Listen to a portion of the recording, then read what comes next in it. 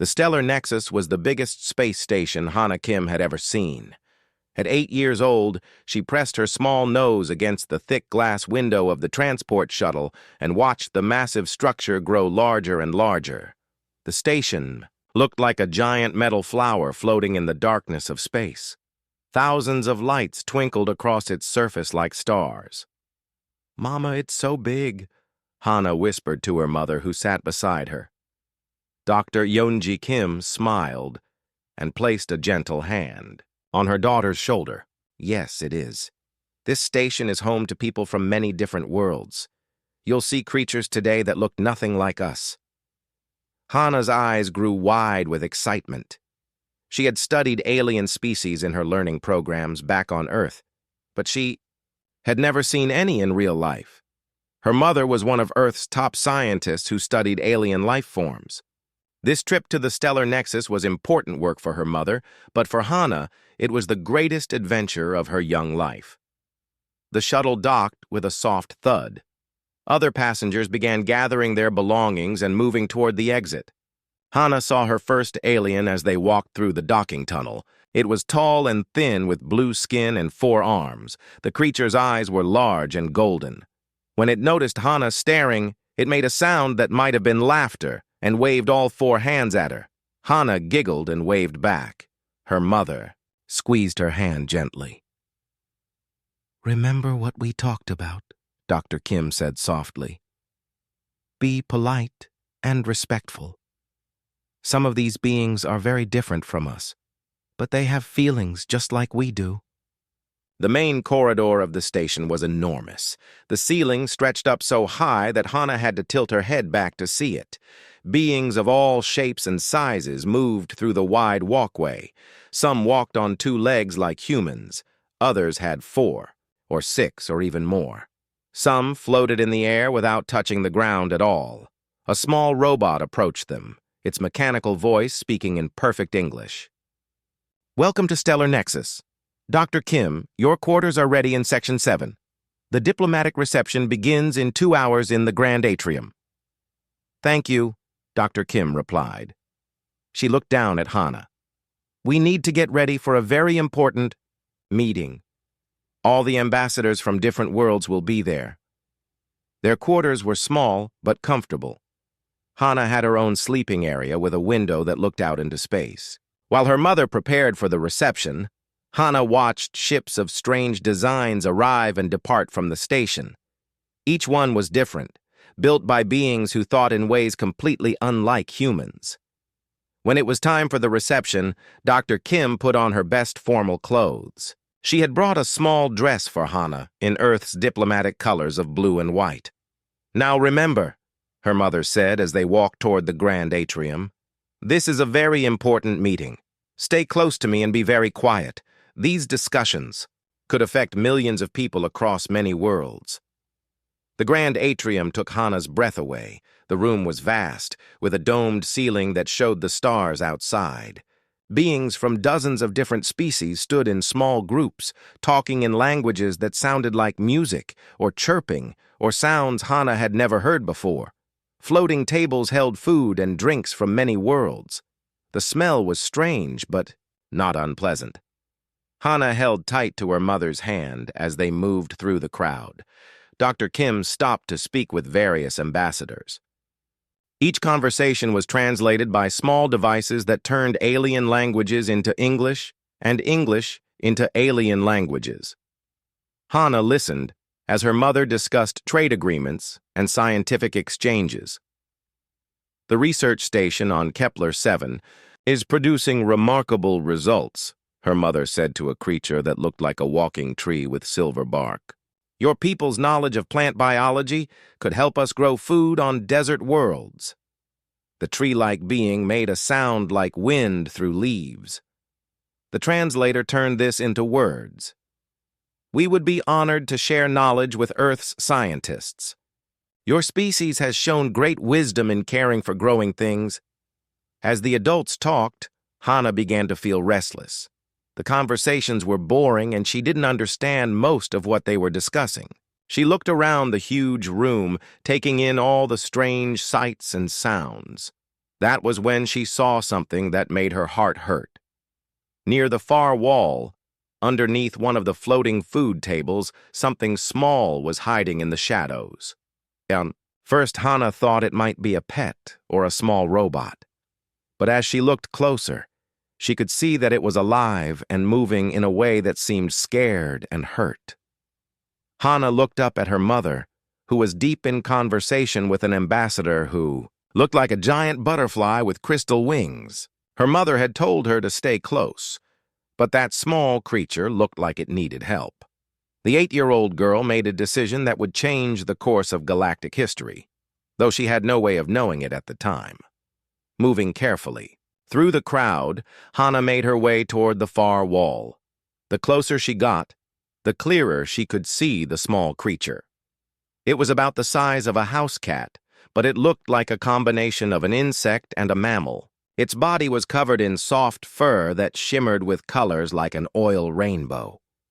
It had 6 legs and large, dark eyes that looked very sad and frightened. One of its legs appeared to be injured. There was a dark stain that might have been blood on the fur around the wound. Hannah knelt down and looked under the table. The creature saw her and tried to crawl further back into the shadows, making small, fearful sounds. "Hey, little one," Hannah whispered softly. "It's okay. I won't hurt you." She reached into her small bag and pulled out one of her favorite snacks from Earth, a sweet protein bar that tasted like honey and nuts. She broke off a small piece and held it out toward the creature. "Are you hungry?" she asked gently. The creature's large eyes focused on the food. Its nose, or what Hannah thought might be its nose, twitched as it smelled the offering. Very slowly it moved a little closer. Hannah stayed perfectly still, letting the creature decide if it trusted her. After what felt like forever, a small, paw-like appendage reached out and took the piece of food. The creature ate it quickly and looked hopefully for more. "You are hungry," Hannah said with a smile. She gave it another piece and slowly reached into her bag for her small first aid kit. Her mother had taught her basic first aid and always made sure she carried supplies. "Let me look at your hurt leg," she whispered. The creature seemed to understand that she wanted to help.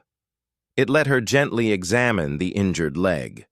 The wound wasn't too deep, but it needed to be cleaned and protected. Using a small antiseptic wipe from her kit, Hannah carefully cleaned the wound. The creature made small sounds that might have been pain, but it didn't try to run away. She applied a tiny bandage and gave it another piece of her snack. "There you go," she said softly. "All better." The creature looked up at her with its large, dark eyes. For the first time, it made a sound that seemed happy instead of frightened. It was a soft chirping noise that reminded Hannah of birds singing in the morning. "I wish I knew your name," Hannah said. "I'm Hannah. I'm from Earth." The creature chirped again and very gently touched her hand with one of its uninjured paws. In that moment, despite being completely different species from completely different worlds, a friendship was born. Neither Hannah nor the small creature knew that their meeting was being watched. Hidden sensors throughout the station recorded everything. The image of a human child caring for an injured alien was already being transmitted through secret networks across the galaxy. In the depths of space, ancient monitoring systems that had been silent for 20 years suddenly came to life. Someone had been waiting. Someone had been watching. And now, because of one small act of kindness, that someone was finally ready to move. The small creature had fallen asleep in Hannah's lap. She sat quietly under the floating table, gently stroking its rainbow-colored fur. The diplomatic reception continued around them, with important conversations about trade and peace treaties. But Hannah was focused only on her new friend. She had been sitting there for almost an hour when she heard her name being called. "Hannah, Hannah, where are you?" Her mother's voice sounded worried. Hannah looked out from under the table and saw Dr. Kim searching through the crowd of alien diplomats. Her mother's face showed the kind of panic that parents get when they cannot find their children. "I'm here, Mama," Hana called softly, not wanting to wake the sleeping creature. Dr. Kim hurried over and knelt down beside the table. When she saw Hana holding the small alien, her worried expression changed to one of concern mixed with pride. "Oh, Hana," she said gently. "What have you done?" "I found him hurt and scared," Hana explained. "Look, I fixed his leg." She showed her mother the tiny bandage she had applied to the creature's wound. Dr. Kim studied the small being in her daughter's arms. As a xenobiologist, she could see that it was very young, probably just a child itself. Its species was one she recognized from her studies. "This is a vector," she said quietly. "They're a very proud species. This little one must have gotten separated from its family during the political meetings today." "Can we help him find his family?" Hana asked. Before Dr. Kim could answer, the small creature opened its large, dark eyes. It looked up at Hana and made the same happy chirping sound from before. Then it noticed Dr. Kim and became frightened again, trying to hide deeper in Hana's arms. "It's okay," Hana whispered to the creature. "This is my mama. She's nice too." "Doctor." Kim smiled at her daughter's gentle way with the young alien. "We should try to find its family, but we need to be very careful. The Vector delegation is having some serious disagreements with other species right now. That might be why this little one got lost or left behind." What neither of them knew was that their quiet conversation was being recorded by hidden cameras throughout the grand atrium. The image of a human child caring for a Vector young had already been captured and was spreading through secret communication networks across the galaxy. On a warship 3-star systems away, Commander Voss Retak received the transmission on his private communication device. He was a tall, powerful being from a species that looked like armored lizards walking upright. His people, the hegemony, controlled dozens of worlds through fear and military strength. Retak studied the image of Hana holding the small Vector. His yellow eyes narrowed with calculation. For years, the hegemony had been watching humanity with suspicion. Humans were new to galactic society, but they had already begun forming friendships and alliances with many smaller species. This made them dangerous to the hegemony's plans for expansion. "Interesting," Retak said to his second-in-command, a scarred warrior named Captain Nex. "A human child showing kindness to alien spawn. This image is already spreading through the underground networks. The weak species see it as a symbol of hope." Captain Nex looked at the image with disgust. "Humans are soft. They waste energy caring for creatures that cannot help them gain power." "Perhaps," Retak said slowly, "but that softness has been winning them allies. Every species that humans help becomes loyal to them. This threatens our expansion into their territories." He made a decision that would set dangerous events in motion. "Prepare the fleet. We're going to the stellar nexus." "What are your orders, Commander?" Captain Nex asked. Retak's smile was cold and cruel. "We're going to make an example. If we eliminate this human child publicly, it will show the galaxy what happens to those who oppose hegemony rule. It will break the spirit of the weak species who look to humans for protection." Meanwhile, back in the grand atrium, Hana had managed to get the small Vector to eat a little more food and drink some water from her bottle. The creature seemed much better now that its wound had been treated and it had been shown kindness. "What should we call you?" Hana asked the creature. "I need a name for my friend." The creature made a series of chirping and clicking sounds. Dr. Kim listened carefully and consulted her translation device. "I think he's trying to tell us his name," she said. "The closest translation would be something like Zilmoth. It means small, bright one in their language." "Zilmoth," Hana repeated carefully. "That's a beautiful name." Zilmoth seemed pleased that she had said his name correctly.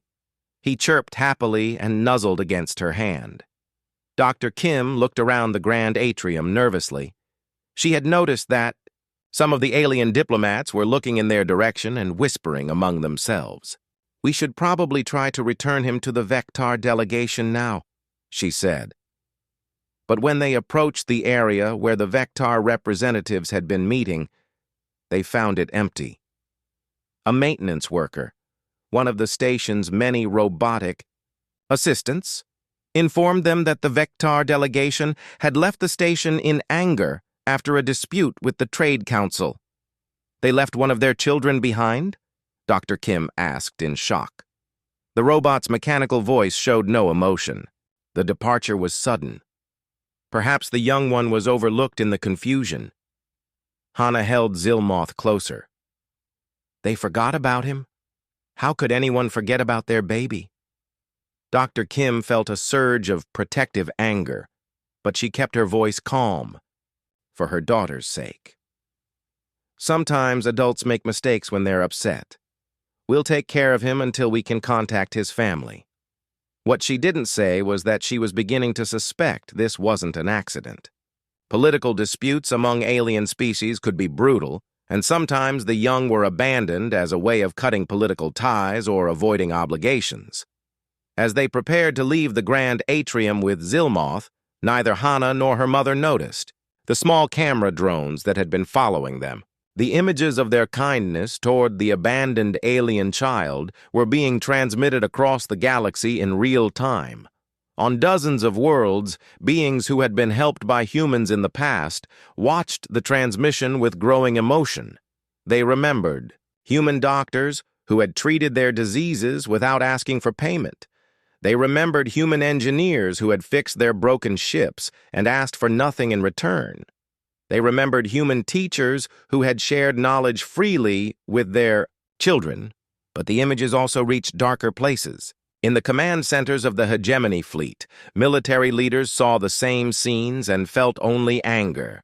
Humans were disrupting their plans for galactic domination by showing other species that there were alternatives to rule by fear. As Dr. Kim, Hana, and Zilmoth walked through the station's corridors toward their quarters, they had no idea that they were at the center of a growing storm. The simple act of kindness that had begun with a hurt child, helping another hurt child, was about to become something much larger and more dangerous. Deep in the shadows of the stellar nexus, in maintenance tunnels that appeared on no official station maps, something stirred. Ancient sensors that had been dormant for 20 years were suddenly active. Monitoring systems that most people didn't even know existed were coming online. Someone had been waiting. Someone had been watching. And now, with an innocent human child potentially in danger, that someone was finally ready to act. The galaxy was about to learn that humanity's greatest strength wasn't their kindness or their diplomacy. It was the fierce protectors who hid in the shadows, ready to emerge when their people needed them most. But for now, Hana simply walked through the station holding her new friend, unaware that her innocent gesture had set forces in motion that would change the balance of power among the stars. 3 days had passed since Hana found Zilmoth. The small Vectar had become her constant companion, following her everywhere in their quarters on the stellar nexus. Dr. Kim had tried to contact the Vectar homeworld to arrange for Zilmoth's return, but every communication was met with silence or rejection. "They don't want him back," Dr. Kim explained to Hana as gently as she could. "Sometimes in politics, people make cruel decisions. They're treating him like he doesn't belong to their family anymore." Hana held Zilmoth close to her chest. The little creature had learned to understand some simple English words and would chirp happily when she spoke to him. "Then he can stay with us, right, Mama? We can take care of him." Dr. Kim smiled sadly. "It's not that simple, sweetie. There are laws about taking children from other species, even abandoned ones. We'll figure something out, but it might take time." What they didn't know was that time was something they no longer had. Commander Retak's hegemony fleet had arrived at the edge of the star system. His massive warships stayed hidden behind a large asteroid field, invisible to the stellar nexus. Sensors. Retak had spent the 3 days planning his attack carefully. The human child has become a symbol, he told his officers during a strategy meeting. Images of her caring for the alien spawn are spreading to every world. Weak species are calling her the bridge between stars and other foolish names. This threatens our expansion plans. Captain Nex studied the holographic display of the station. How do we proceed, Commander? We infiltrate the station with our agents, Retak said. They will arrest the human child for violation of species protection laws. We will hold a public trial and execute her as an example. This will show the galaxy that human kindness leads only to death. What about station security? Another officer asked. Retak's laugh was cold. The stellar nexus is a diplomatic station. They have minimal defenses and no military forces. This will be simple. What Retak didn't know was that someone else had been planning too. In the deepest maintenance levels of the stellar nexus, levels that didn't appear on any official station map, Lieutenant Daeho Song checked his equipment one final time. He had been living in the hidden spaces of the station for 6 years, invisible to everyone who worked and lived above him. Daeho was a ghost operative, one of humanity's most secret protectors. While the galaxy saw humans as peaceful diplomats and scientists, Earth had quietly placed elite guards throughout known space. Their job was simple: watch, wait, and protect any human civilian who came under threat. For 6 years, Daeho had monitored every person who entered or left the station. He knew the daily routines of every security officer. He had access to every computer system and communication network. He could move through the station like a shadow, seen by no one unless he chose to be seen. The monitoring systems in his hidden base had been tracking the situation with Hana and Zilmoth from the beginning. When hegemony ships appeared at the edge of the system, Daeho knew exactly what was about to happen. Time to work, he said quietly to himself. His first task was to disable the station's ability to detect his movements. One by one, security cameras began to malfunction in patterns that looked like random technical failures. Motion sensors reported false readings. Environmental systems showed errors that made no logical sense. Technician Minho Park was working the night shift in the Central Systems Hub when the alerts started appearing on his screens.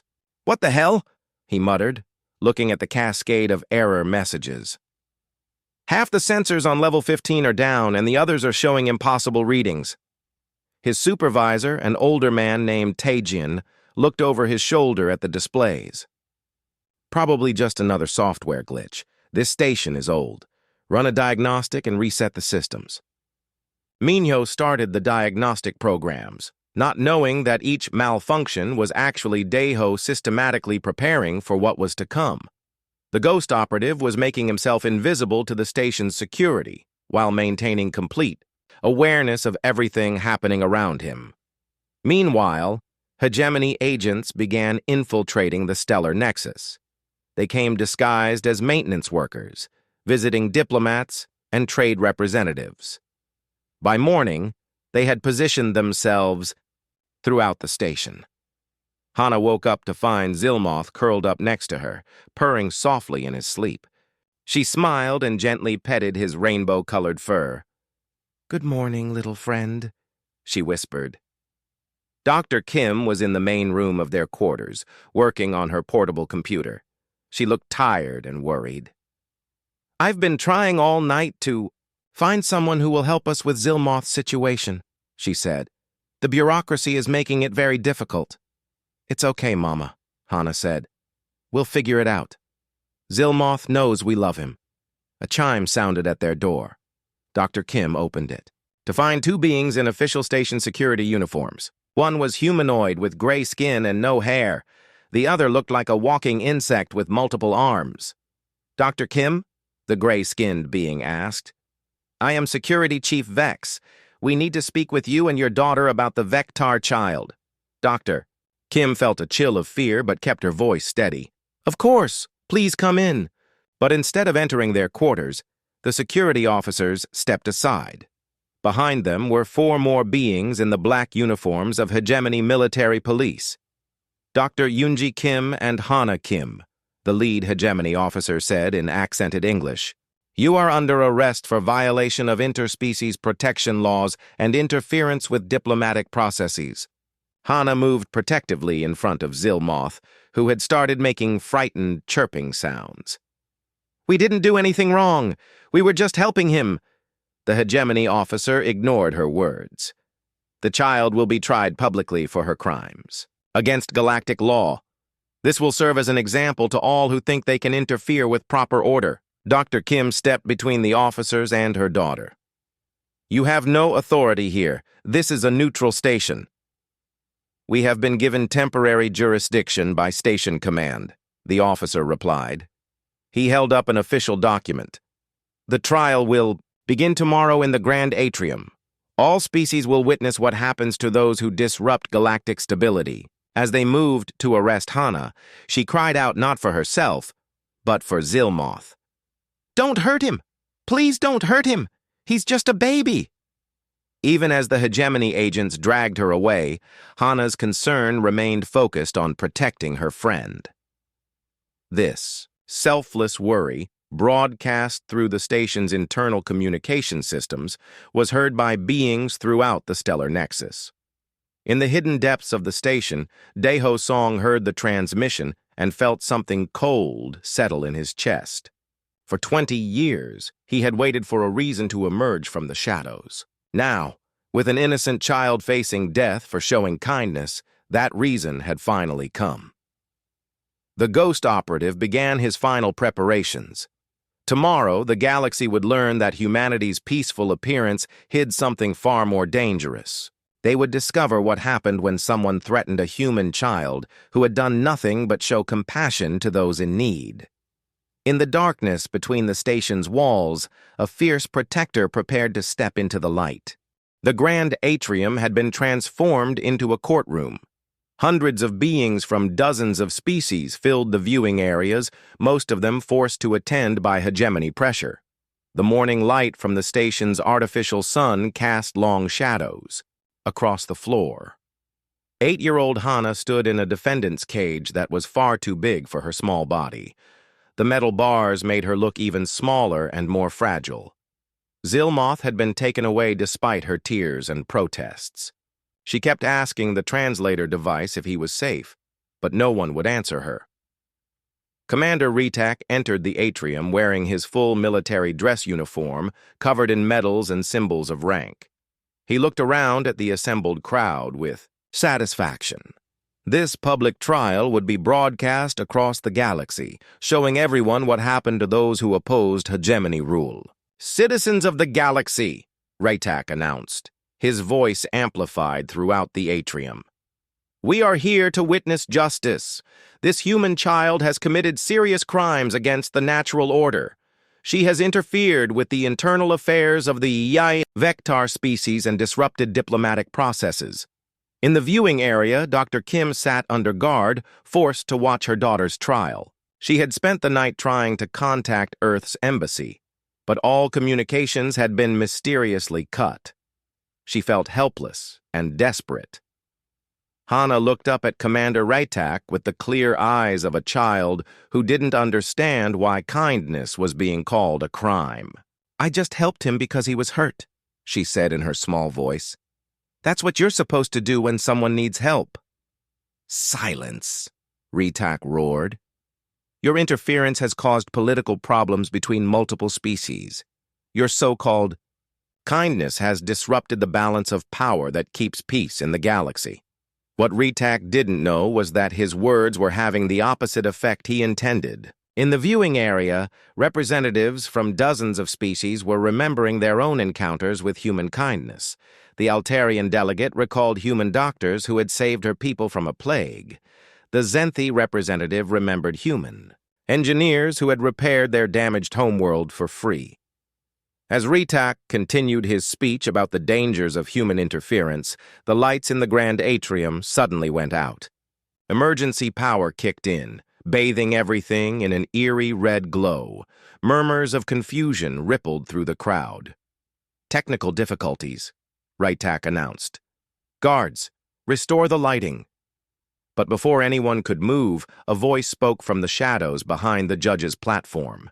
The voice was calm, quiet, and somehow more terrifying than any shout could have been. "The lighting is exactly as I want it." A figure stepped out of the darkness. He was human, dressed in black tactical gear that seemed to absorb the red emergency lighting. His face was calm, but his eyes held the kind of cold determination that made even hardened soldiers step back. Gasps echoed throughout the atrium. The human wore insignia that most beings had heard of but never seen, the ghost symbol of Earth's Special Operations Division. Commander Ritak stared in shock. "How did you get onto this station? Our sensors showed no human military vessels in the area." Lieutenant Daeho Song walked slowly toward the center of the atrium, his movements precise and controlled. "I've been here for 6 years, Commander. I've watched every person who enters or leaves this station. I know every secret passage, every security weakness, every hidden agenda." His voice remained calm but carried an undertone that made everyone listen. "I know exactly who you are and why you're here." "Impossible," Ritak snarled. "The Stellar Nexus is a peaceful diplomatic station. There are no military forces here." Daeho stopped in front of Hana's cage. For a moment, his cold expression softened as he looked at the frightened child. "Hello, Hana. I'm here to take you home." "Are you a soldier?" Hana asked. "Something like that," Daeho replied gently. Then he turned back to face Ritak, and his expression became hard as stone again. "You want to know how I got here?" Daeho asked the hegemony commander. "Let me explain something about humans that you clearly don't understand. While you see our diplomats and scientists as weak, we've been preparing for beings exactly like you." He activated a holographic projector on his wrist. Images appeared in the air above the atrium, showing star maps with hundreds of marked locations. Those red dots represent ghost operatives stationed throughout the galaxy, Daeho continued. "We've been watching and waiting for 20 years. Every time a human civilian travels to a potentially dangerous area, we position protectors nearby. You never see us. You never know we're there. But we're always watching." Commander Ritak felt a chill of fear but tried to maintain his authority. "Even if this is true, you are one soldier against an entire fleet. Surrender now and perhaps your death will be quick." Daeho's smile was colder than the space between stars. "Fleet? You mean those 12 warships hiding behind the asteroid field in Grid Section 7? The ones with the compromised navigation systems and disabled weapon targeting computers?" Ritak's eyes widened in horror. "What are you talking about?" "I've had 6 years to study your military protocols and technology," Daeho said. "While you were planning this attack, I was planning my defense. Your ships can't move accurately, and they can't aim their weapons. Any attempt to fire on this station will result in your vessels destroying each other." The truth of humanity's hidden preparation began to dawn on everyone in the atrium. The peaceful appearance of human space exploration had been covering something far more sophisticated and dangerous. "But you want to know the real reason you've lost?" Daeho asked, his voice carrying throughout the silent atrium. "It's not my training or my technology. It's not even the fact that there are others like me throughout the galaxy." He gestured toward Hana, still standing small and brave in her oversized cage. "You've lost because that child represents everything good about humanity, and you represent everything that's wrong with the galaxy. She saw a hurt creature and helped it, expecting nothing in return. You see kindness as weakness and compassion as something to be destroyed." Daeho walked over to the cage and easily broke the electronic lock. As Hana stepped out, he knelt down to her level. "The little Vector is safe," he told her quietly. "He's been asking for you." Hana's face lit up with relief and joy. "Really? Can I see him?" In just a minute, Deho promised. He stood up and faced the assembled crowd. "You all witnessed what happened here," he announced. "A child showed kindness to another child, and this was called a crime. Ask yourselves, do you want to live in a galaxy where compassion is punished, or do you want something better?" Throughout the viewing area, alien delegates began to stand. One by one, they announced their withdrawal from hegemony space and their desire to establish closer relations with Earth. Commander Retak realized that his plan had completely backfired. Instead of destroying humanity's reputation, he had revealed their hidden strength and made their compassion even more appealing to other species. "This isn't over," he growled at Deho. The ghost operative looked at him with the patient expression of someone who had anticipated every possible outcome. "Yes, it is," Deho said simply, and in that moment, Commander Retak knew that he was right. Commander Retak stood frozen in the red emergency lighting, realizing that his carefully planned operation had become a disaster. Around the grand atrium, alien delegates who had been forced to attend the trial were now openly defying hegemony authority. The human child he had meant to use as an example had instead become a symbol of everything his empire opposed. Lieutenant Deho Song remained calm in the center of the chaos, one hand resting protectively on Hana's shoulder. The 8-year-old girl looked up at him with complete trust, somehow understanding that this quiet soldier would keep her safe. "You think you've won?" Retak snarled, his armored form towering over the human operative. "But you are still one soldier against hundreds of my agents throughout this station." Deho's expression didn't change. "Your agent stopped being a threat 6 hours ago." He touched a control on his wrist device. Throughout the atrium, screens activated to show security footage from around the station. The images revealed hegemony agents in various states of unconsciousness. Some were collapsed in maintenance corridors. Others were trapped in sealed rooms with disabled breathing equipment. All had been neutralized without any sign of violence or struggle. "How?" Captain Nex demanded from his position in the viewing area. "Sleeping gas in the ventilation systems," Deho explained matter-of-factly.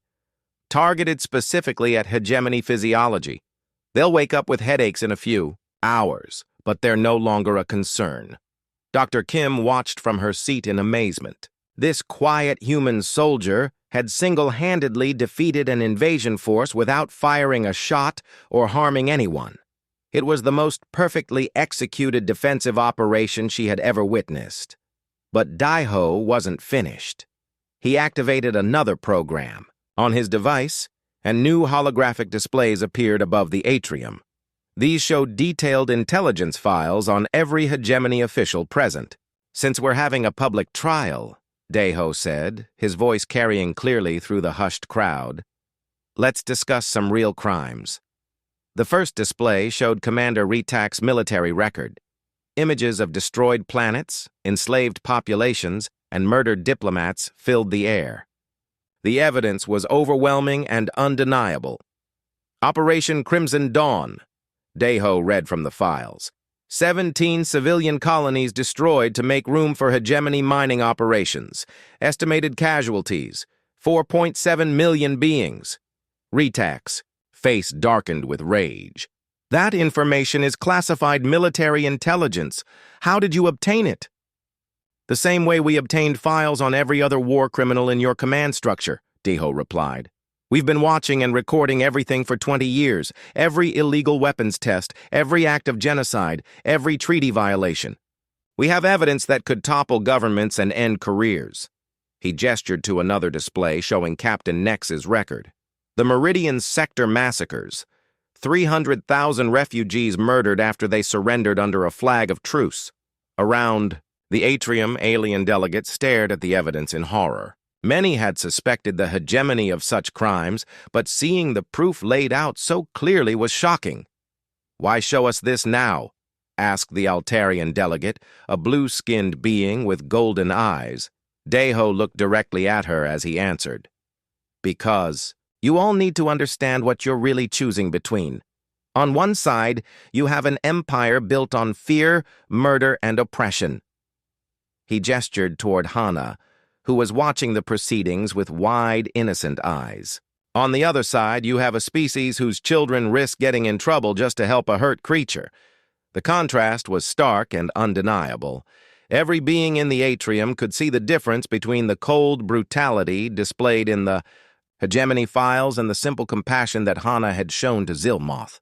"This is all very dramatic," Raytok said, trying to regain control of the situation. "But you still cannot protect every human in the galaxy. Your people are spread across thousands of worlds. We will find them.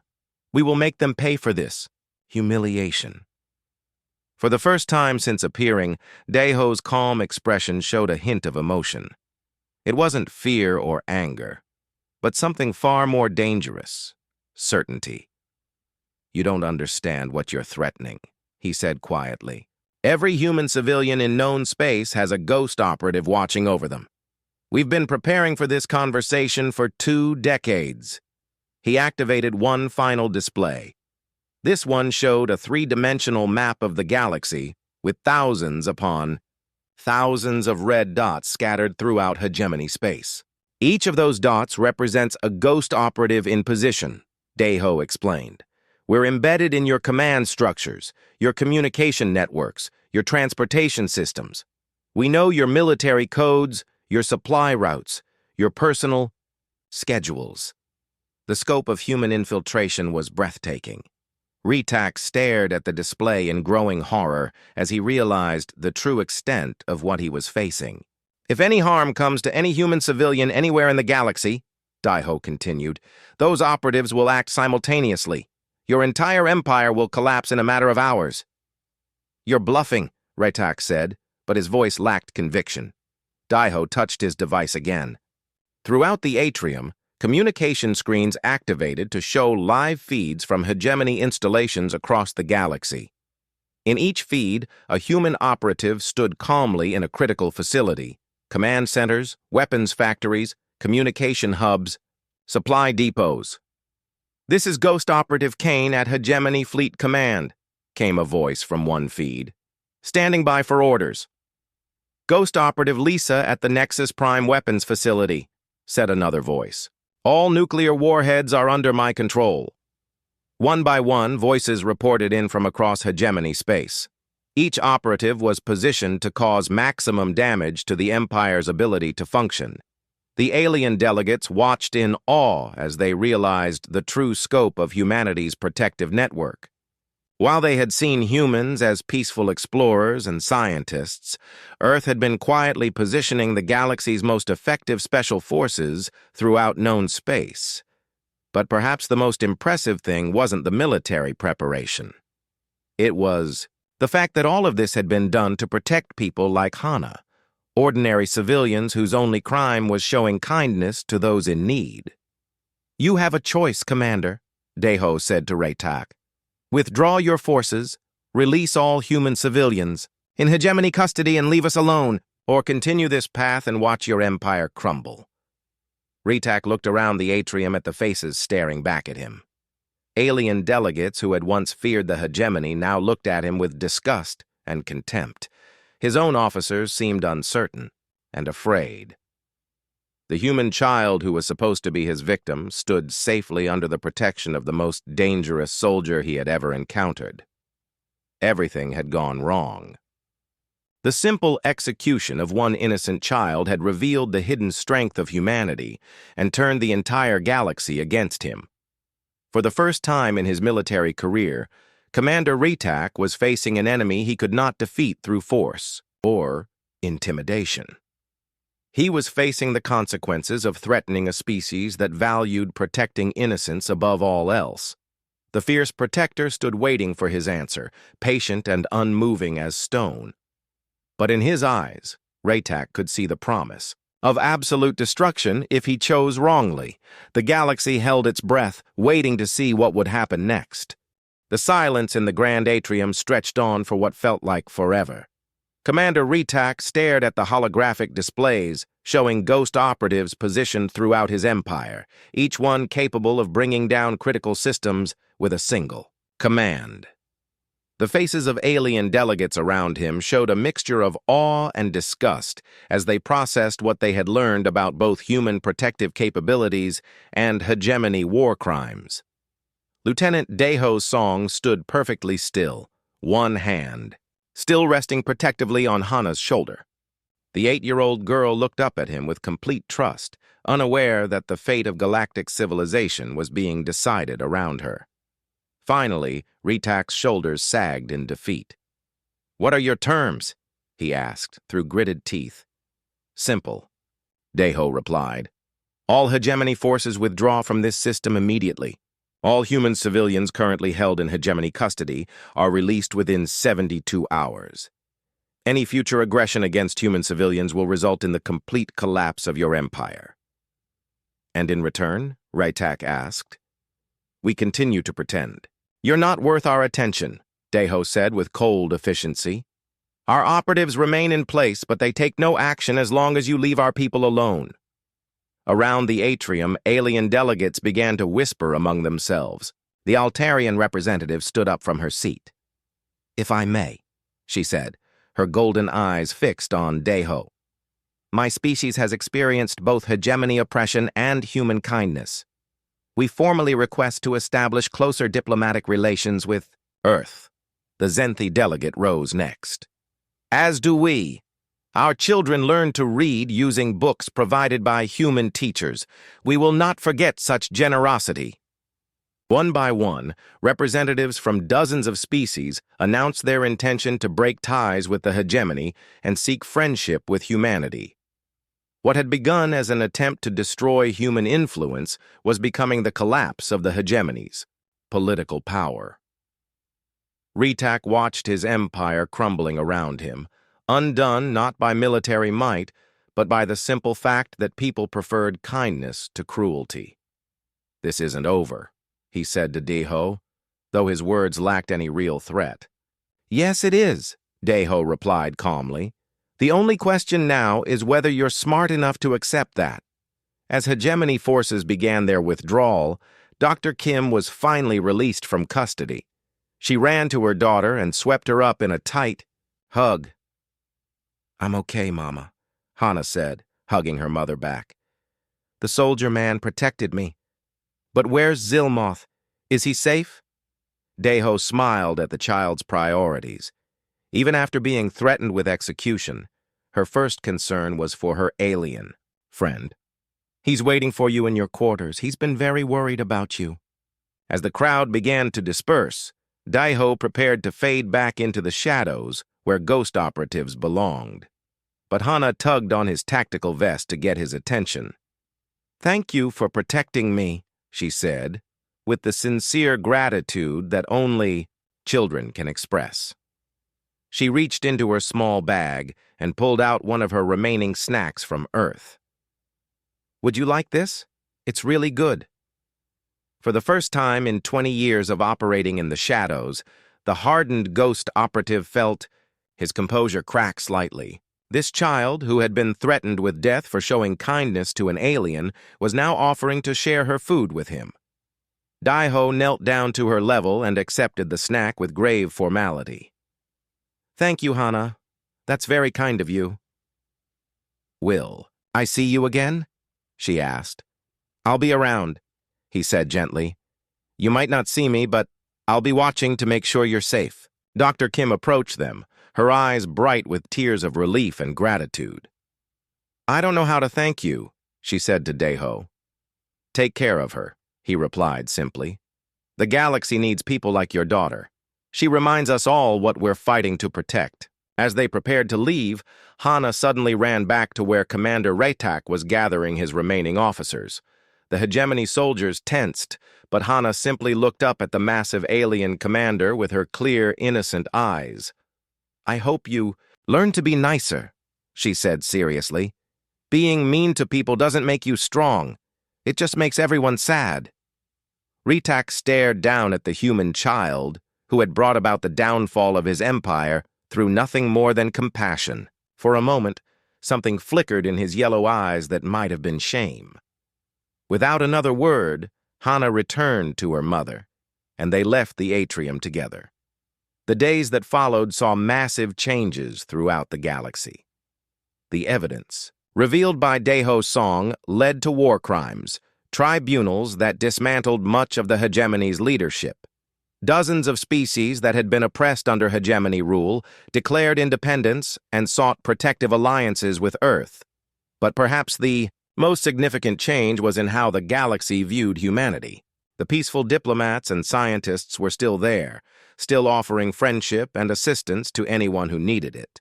But now everyone knew that behind that kindness stood protectors who would emerge from the shadows if innocence was threatened. Zilmoth was eventually adopted by Dr. Kim's family after formal diplomatic channels were established with a reformed Vector government. He grew up on Earth alongside Hana, learning human customs while teaching his adoptive family about his own culture. Years later, when Hana was grown and working as a diplomat herself, she would visit schools throughout human space and tell children about the importance of showing kindness to others. She would explain that every act of compassion, no matter how small, had the power to change the galaxy. What she didn't tell them was that ghost operatives still watched from the shadows, ready to protect anyone who chose kindness over cruelty. They remained invisible, patient, and utterly dedicated to their mission. Lieutenant Daho Song returned to his hidden base in the depths of the stellar nexus, where he continued his quiet vigil. On his desk, beside his high-tech monitoring equipment, sat a small wrapper from the snack Hana had given him.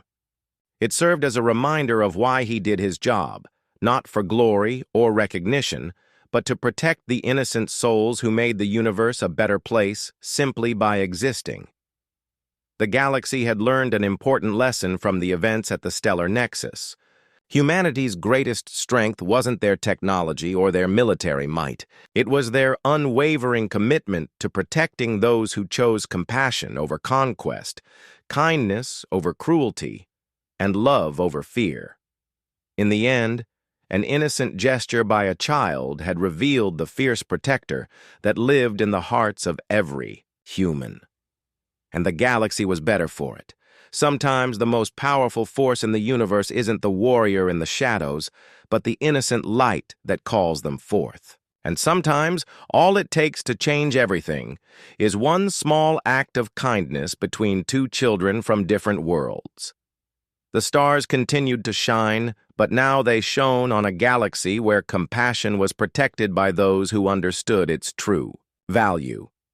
And in the shadows between those stars, patient guardians watched and waited, ready to emerge whenever innocence needed protection. The story of Hana Kim and Zilmoth became legend, passed down through generations as a reminder that in a universe full of darkness, sometimes the brightest light comes from the simplest acts of love.